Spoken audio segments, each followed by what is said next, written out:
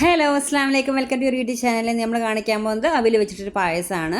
നമ്മുടെ വീഡിയോക്ക് പോകുന്ന മുന്നേ നമ്മുടെ ചാനൽ ആദ്യമായിട്ട് കാണുന്ന ആരുടെയും ഒന്ന് സബ്സ്ക്രൈബ് ചെയ്യുക, തൊട്ടടുത്തുള്ള ബെല്ലൈക്കൺ ഒന്ന് ക്ലിക്ക് ചെയ്യാൻ മാത്രമാണ് ഞാൻ അടുത്ത പുതിയ വീഡിയോസ് നോട്ടിഫിക്കേഷൻ നിങ്ങൾക്ക് കിട്ടും കേട്ടോ. അതുപോലെ തന്നെ അത് സ്കിപ്പ് ചെയ്യാതൊന്ന് കാണാൻ വേണ്ടി ശ്രമിക്കും. നമുക്ക് എങ്ങനെയാണ് പായസം ഉണ്ടാക്കാൻ നോക്കട്ടോ. അപ്പോൾ അതിനായിട്ട് ഞാനൊരു പാൻ ചൂടാക്കാൻ വെച്ചിട്ടുണ്ട്. പാൻ ചൂടായതിനു ശേഷം 2 ടേബിൾ സ്പൂണ് നെയ്യ് ഒഴിച്ച് കൊടുക്കുക കേട്ടോ. ആ നെയ്യൊന്ന് മെൽറ്റായി വന്നതിന് ശേഷം 1 കപ്പ് അവിലാണ് ഞാൻ എടുത്തിരിക്കുന്നത് കേട്ടോ. വെള്ള അവിലാണ് എടുത്തിരിക്കുന്നത്.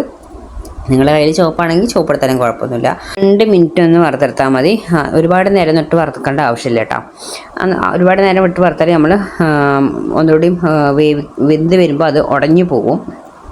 അപ്പോൾ ജസ്റ്റ് ഒന്ന് ചൂടായതിന് ശേഷം നമ്മളിതിലേക്ക് ഒഴിച്ച് കൊടുക്കുന്നത് 1 ലിറ്റർ പാലാണ് എടുത്തിരിക്കുന്നത്. അതായത് കട്ടിപ്പാലാണ് കേട്ടോ. വെള്ളം ചേർക്കാത്ത നല്ല കട്ടിപ്പാലാണ് എടുക്കാൻ നോക്കുക.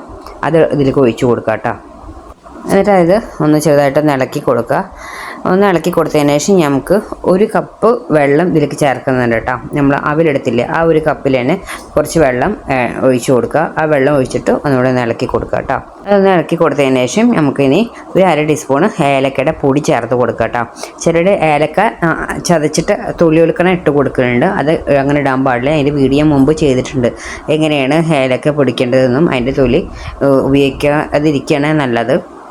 അതിനെക്കുറിച്ചുള്ള വീഡിയോ ഒക്കെ മുമ്പ് ചെയ്തിട്ടുണ്ട് കേട്ടോ. അപ്പോൾ നമുക്കത് കയറി ചെക്ക് ചെയ്ത് നോക്കി കാണാൻ പറ്റും. ഒന്നില്ലെങ്കിൽ അത് തൊണ്ട് പൊളിച്ചിട്ട് അതിൻ്റെ ഉള്ളിലത്തെ ആ സീഡ് മാത്രം ഒന്ന് ചതച്ചിടുക, അല്ലെങ്കിൽ ഇതുപോലെ പൊടിയാക്കി വെച്ചിട്ട് അങ്ങനെ ഇട്ട് കൊടുക്കുക കേട്ടോ. ഇതൊന്ന് ഇട്ട് കൊടുത്ത് ഇളക്കി കൊടുത്തതിന് ശേഷം ഞാൻ 3 അച്ച് ശർക്കര ഉരുക്കിയ പാനിയാണ് ഒഴിച്ച് കൊടുക്കുന്നത് കേട്ടോ.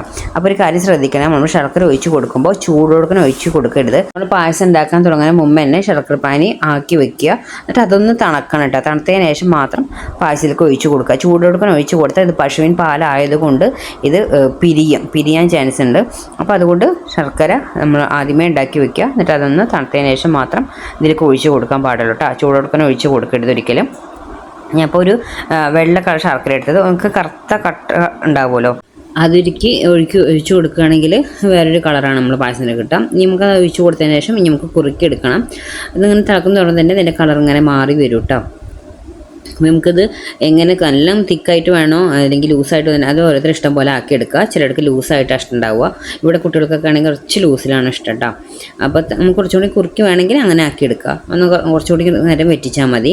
എനിക്ക് കുറച്ച് കാഷ്നട്ടും കറുത്ത മുന്തിരിയാണ് ഇട്ടിരിക്കുന്നത്. നിങ്ങളുടെ കയ്യിൽ ഏത് മുന്തിരിയാണെങ്കിൽ അതിട്ട് കൊടുക്കുക. വറുത്തിട്ട് നെയ്യിൽ ഇട്ട് കൊടുത്തിട്ടുണ്ടോ. ഇപ്പോൾ ഇത് ഓഫ് ചെയ്തിട്ടുണ്ട്. ഞാൻ ഈ ഒരു പരുവത്തിലാണ് എടുത്തിരിക്കുന്നത്. ഇവിടെ കുട്ടികൾക്ക് ഇങ്ങനെ ലൂസ് പോലെ അവർക്ക് ഇങ്ങനെ കുടിക്കാൻ കിട്ടണം. അപ്പോൾ അതുകൊണ്ട് അങ്ങനെ ഓഫ് ചെയ്തിട്ട് ഇനി കുറച്ച് കഴിഞ്ഞാൽ അത് ഇരുന്നിട്ട് തന്നെ ഒന്നുകൂടി കുറച്ചുകൂടി തിക്കായിട്ട് വരും. ഇപ്പോൾ നമ്മുടെ പായസം റെഡി ആയിട്ടുണ്ട്.